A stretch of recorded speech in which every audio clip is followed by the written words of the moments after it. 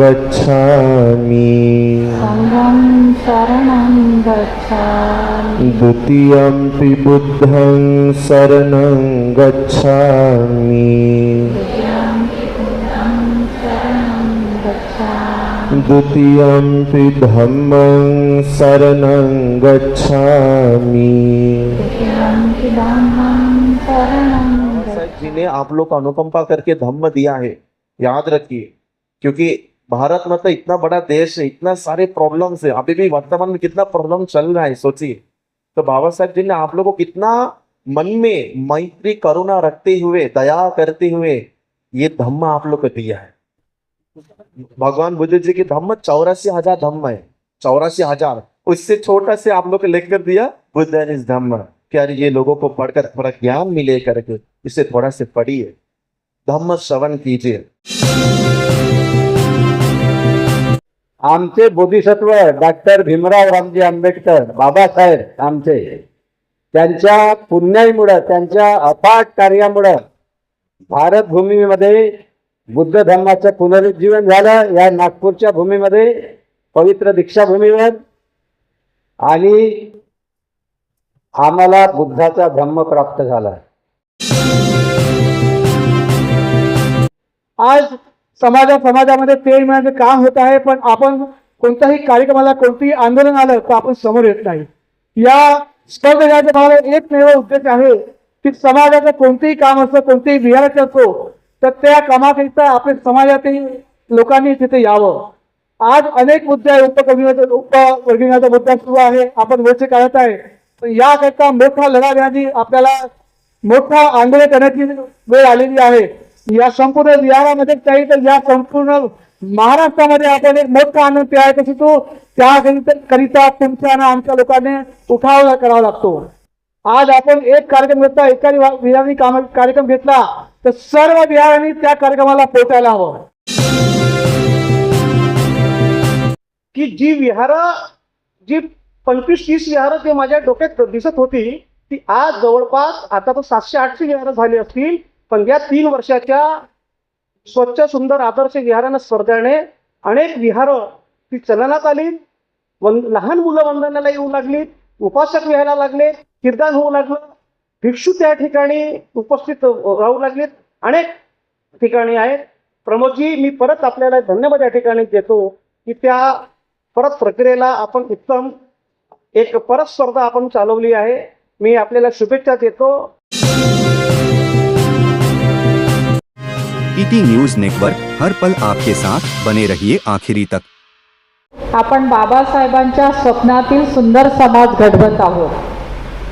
आता तो सुवर्ण क्षण आले आहे, जी सर्व विहारांचे सदस्य आतुरतेने वाट पाहत आहेत। गेल्या 2 महिन्यापासून, विशेष म्हणजे बुद्ध जयंती निमित्त बौद्ध आणि मागासवर्गीय सेवा संस्थेतर्फे स्वच्छ सुंदर बुद्ध विहार स्पर्धा आयोजित करण्यात आली होती। पण मधल्या काळात भरपूर ऊन होतं, त्यानंतर पाऊस होता, तरीही या दोन्ही ऋतूंवर मात करत आम्ही या कार्यक्रमाचं यशस्वी आयोजनापर्यंत पोहोचलेलो आहोत। आणि सर्वात प्रथम आपण एक प्रमोद भाऊंनी आयोजन समिती तयार केली। दक्षिण पश्चिम नागपूर आणि दक्षिणच्या प्रभाग 33ची एक आयोजन समिती तयार झाली। त्या आयोजन समितीच्या माध्यमातून वेळोवेळी बैठका झाल्या, विचारांचं देवाणघेवाण झालं, आणि आम्ही प्रत्येक विहारात जाऊन एक एंट्री फॉर्म भरून घेतला। आणि त्यानंतर जवळपास 41 विहारातील उपासक उपासिकांनी या आमच्या स्पर्धेला दाद दिली आणि स्पर्धेत सहभाग घेतला। त्यानंतर आम्ही एक 12 पॉईंटचा फॉर्म तयार केला, आणि ज्या विहारांनी या स्पर्धेत सहभाग घेतला त्या विहारात जाऊन आमच्या समितीने तिथे परीक्षण केलं। एक 12 पॉईंटचा फॉर्म होता, त्या पद्धतीने आम्ही ते 12 पॉईंट पूर्ण विहारात आहेत की नाही याची आम्ही तपासणी केली। बऱ्याच ठिकाणी आपण बघतो की अभ्यासिका ही, बुद्ध विहार ही अभ्यासाची केंद्र झालं पाहिजे असा एक विचार आपल्या समाजात पुढे जात आहे, आणि त्या माध्यमातून प्रत्येक विहारात अभ्यासिका आहेत, चांगल्या पद्धतीने सुरू आहेत. जे आर्थिक संपन्न विहार आहेत, जे अधिकारी वर्ग आहे, चांगल्या सुशिक्षित एरियात राहतात, सुशिक्षित आहेत, सुसंस्कृत आहेत, या अशा भागात जी विहार आहेत त्या विहारांमध्ये जे आपले समाज बांधव राहतात, धम्म बांधव राहतात, ते आपल्या धम्मदानातून त्या अभ्यासिका चालवतात. तिथे बाहेर ग्रामीण भागातून आलेले विद्यार्थ्यांची निवासाची व्यवस्था आहे. काही ठिकाणी रात्रकाली, काही ठिकाणी दिवसा, अशा ज्या अभ्यासिका आहेत त्या चांगल्या पद्धतीने सुरू आहेत. काही ठिकाणी काम जे अभ्यासिकाचं काम सुरू आहे. काही ठिकाणी विहारांमध्ये चांगलं लहान मुलांना रविवारी मार्गदर्शन करण्यात येतं. अशा सगळ्या गोष्टींचा विचार करून, त्याचप्रमाणे ज्या ज्या विहारांमध्ये आरोग्य शिबिर, व्यक्तिमत्व विकास शिबिर, त्याचप्रमाणे शासकीय योजनांची शिबिरं घेऊन आपल्या परिसरातील नागरिकांना आपण त्यास लाभ मिळवून देतो. अशी जी विहारं आहेत, अशा विहारांचा विचार करून आमच्या निवड समितीने त्या स्पर्धेमध्ये सहभागी सर्व तपासणी करून त्या विहारांची निवड केली आहे. स्वच्छ सुंदर बुद्धविहार ही जरी संकल्पना असली तरी विहारातून कोणत्या गोष्टींवर आपण भर देत आहोत, समाजात, परिसरात, आपल्या भागात कशा पद्धतीने धम्माचं आपण प्रचार करत आहोत, आचरण करत आहोत, या सगळ्या बाबींचा विचार करून निवड समितीने विहारांची निवड केलेली आहे. माझ्या माहितीप्रमाणे 8 पारितोषिक आहेत. प्रथम 15,000 रुपयांचं आहे. दुसरं पारितोषिक 10,000 रुपयांचं आहे. तिसरं पारितोषिक 7,000 रुपयांचं आहे. 5वं, 6वं, 7वं, हे जे 8वं, हे जे प्राइज आहे हे 5,000 रुपयांचे आहे. आणि काही उत्तेजनार्थ पारितोषिक ठेवलेले आहे. या सर्व विजेत्या विहार स्पर्धकांची घोषणा अतुल गेडाम सर करतील अशी मी त्यांना विनंती करते. सर्वांना जय हिंद. आपण मागील काही काळांपासून ही स्पर्धा राबवत आहे आणि ज्या ज्या विहारांचे सदस्य इथे उपस्थित आहे त्यांना माहीत आहे की त्यांच्या विहारात जाऊन आपण ते परीक्षण फॉर्म भरून घेतलेले होते. त्याच्या आधारावर आम्ही, जी आमची टीम होती आणि जे आमचे मार्गदर्शक आहे, त्यांच्या निकालानुसार आम्ही काही विहारांची नावं काढलेली आहेत. ती आता मी इथे घोषित करतो. त्यासाठी मी संघमित्रा बुद्धविहार गोपालनगर पहिला रस्ता यांना 8व्या क्रमांकाचं पारितोषिक आपण तिथे देत आहोत. रोख 5,000 रुपये आणि संविधानाची प्रस्ताविका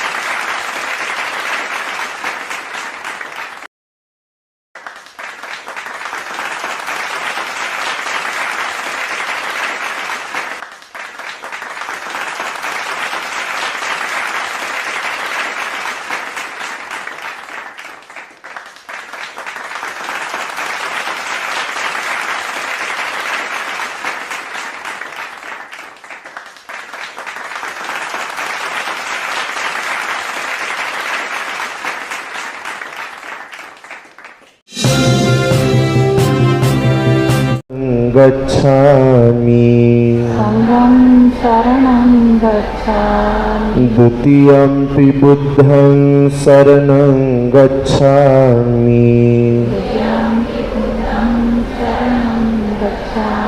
द्वितीयम्पि धम्मं शरणं गच्छामि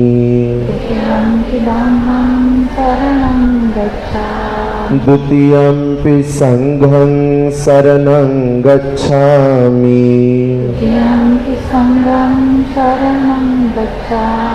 तृतीयम्पि बुद्धं शरणं गच्छामि तृतीयम्पि धम्मं शरणं गच्छामि तृतीयम्पि संघं शरणं गच्छामि।